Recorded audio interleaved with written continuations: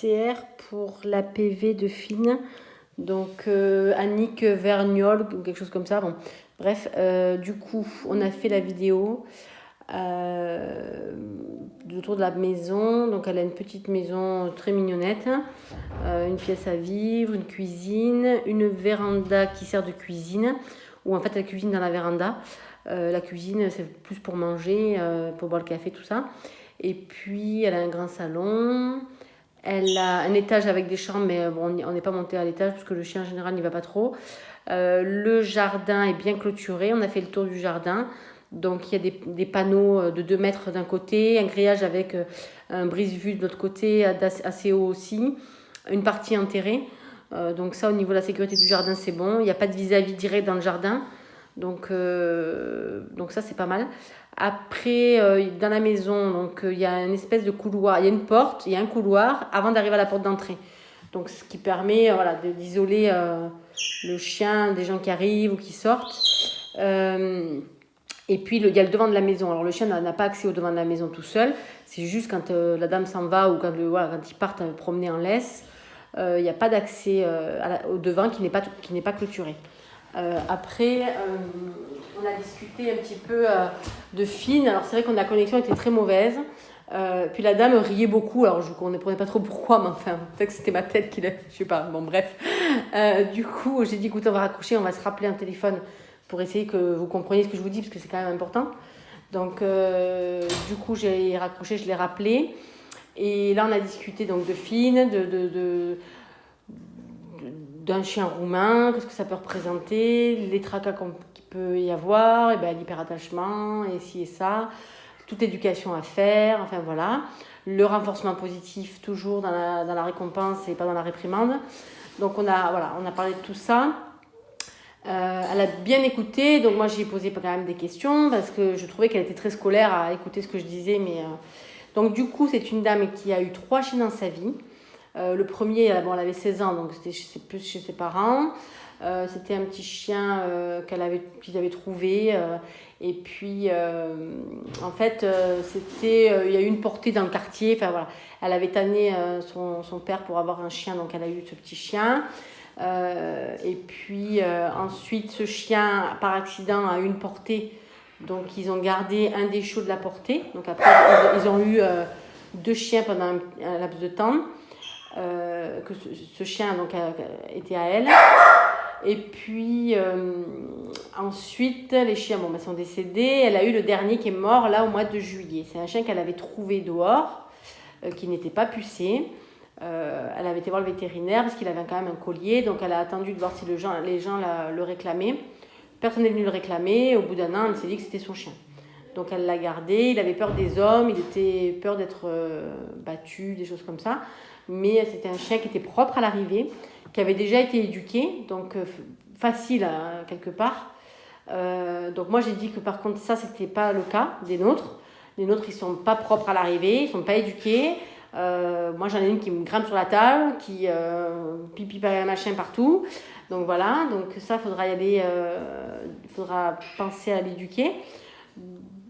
Donc quand j'ai parlé d'enforcement positif, elle m'a dit vous me dites de ne pas être dans la réprimande. Alors s'il fait pipi caca par terre, dans la maison, donc pas de fessées, pas de... donc comment on fait? Parce qu'elle me dit je vois pas trop comment je peux faire. D'accord. Donc j'ai dit je vais vous expliquer, parce que voilà. Donc je lui explique comment on fait, bien sûr. Ah oui, d'accord. Elle m'a dit qu'elle avait pris des notes de tout ce que j'avais dit. Parler de renforcement positif, des étapes, de la récompense, etc. Du coup, elle a pris des notes. Elle m'a dit j'ai pris des notes parce que vous m'avez donné beaucoup d'informations. Et donc, c'est important de pouvoir s'en rappeler. Donc, voilà. Donc, ça m'a marqué. Donc, c'est l'exemple que je vous mets. Et puis, sinon, c'est une dame gentille. Je lui ai demandé si c'était un coup de cœur. Elle m'a dit que oui, parce que c'était un petit modèle. Et puis, son histoire l'a touchée avec sa patte. Voilà. Elle avait des sanglots dans la voix quand elle a parlé de Fine et de sa patte. Je lui ai dit qu'il y avait d'autres dossiers, donc il fallait être un peu patiente avant d'avoir la réponse. Donc ça la stresse un petit peu, mais en même temps, quand je lui ai fait tout le topo du roumain, je lui ai demandé si elle avait des craintes, des appréhensions, des choses comme ça. Donc, elle m'a dit, bah oui, est-ce que vous me dites, je peux pas dire que je n'ai pas l'appréhension. C'est sûr que s'il y a tous ces traumatismes, toutes ces choses qui peuvent arriver, c'est sûr que ça peut être un petit peu, voilà. Donc, mais en même temps, bon, c'est vrai que j'y suis allée un peu fort peut-être. J'ai fait ma Émilie encore une fois, je crois. Mais parce qu'au début, j'arrivais pas à la capter en fait. Donc, j'ai dit, il faut que j'arrive à la capter. Donc, j'ai commencé à insister, à rentrer un peu dans le vif du sujet et pour essayer de capter un peu son attention. Donc voilà. Elle vit toute seule, donc près de la frontière belge. Donc Finn l'accompagnera. Alors elle fait 4 sorties par jour, elle m'a dit. Alors elle travaille, elle rentre le midi. Parce que son chien avant, elle le sortait entre midi et 2, donc elle rentre le midi. C'est 4 balades, une le matin, une à midi, une en fin de journée et une le soir avant de se coucher. Le chien faisait que pipi dans le jardin, pour le reste c'était en balade. Elle dit que c'est important de sortir son chien 4 fois par jour.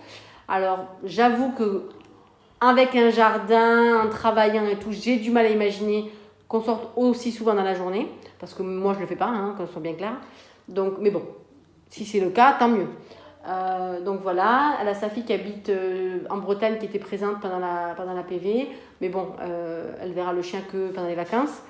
Et puis voilà, alors la socialisation, voilà, donc elle m'a dit que elle sort, elle voit du monde, le chien l'accompagnera dans ses déplacements, des choses comme ça. Les vacances, si elle ne l'emmène pas, parce que son autre chien, elle ne l'emmenait pas, parce qu'il n'aimait pas la chaleur dans le sud de la France, quand il fait 35 degrés, elle m'a dit que je n'allais pas lui infliger de supporter des grosses chaleurs, il n'aimait pas ça, donc il restait en Bretagne chez sa fille. Donc elle m'a dit, voilà, on verra si je le prends ou pas, ça c'est, voilà. Sinon, il y a sa fille qui pourra éventuellement garder Phil. Donc voilà, c'est vrai que j'ai eu un mauvais a priori sur ce dossier parce que l'appel, je n'avais pas trouvé dans le cercle de l'appel des éléments intéressants de matière pour évaluer le dossier. Les SMS qu'elle m'a envoyés, j'ai trouvé un peu bête. Hein. Mais bon, après c'est une dame qui semble gentille, qui a envie d'aimer ce chien. Mais par contre, elle a beau avoir eu 3 chiens, quand elle me dit, à part la fessée, je ne sais pas comment agir, j'avoue que je trouve c'est novice, quoi. En fait, elle n'a pas d'expérience. Elle a eu 3 chiens, mais 3 chiens qu'elle n'a pas dû éduquer. Pourtant, elle m'a dit que si, mais bon, ouais, quand on parle comme ça, j'y crois pas trop. Donc voilà, donc je vous laisse à vos avis.